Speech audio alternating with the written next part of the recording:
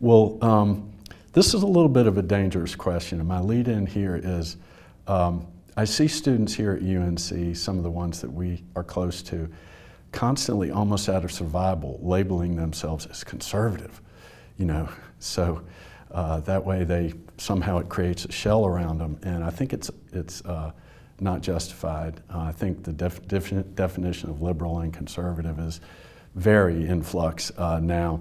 But so my question is, and this is a dangerous question, do you label your worldview like political by party, legal?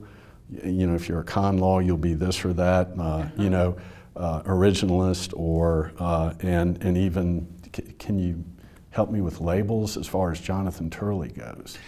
Well, I'm not a big fan of labels because I find them inherently inaccurate, as you pointed out, Doug. I do find it humorous that if you go on the internet, half of them are saying that I'm a liberal, half of them are saying I'm a conservative. It's a little more now towards the conservative side. I have been libertarian my whole life, but libertarians are a very broad group in terms of their beliefs.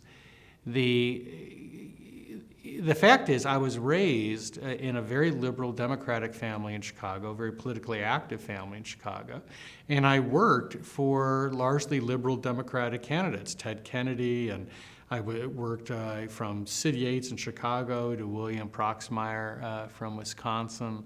I worked on the Mo Udall campaign. But I have evolved, but I always held the same libertarian views that maximized individual rights. I like to say that I don't think I've changed that much, but the world's changed around me. And I honestly believe that. Some of my views have changed, have evolved. I've become, I think, a bit more textualist than I was, but I don't think as much as you might think. But the world has certainly changed around me. The center of gravity politically in terms of ideology has shifted. Yeah, yes, it has. And I would say the same thing about myself. I'm pretty much the same as I was almost as a student. I have evolved, and it never stops.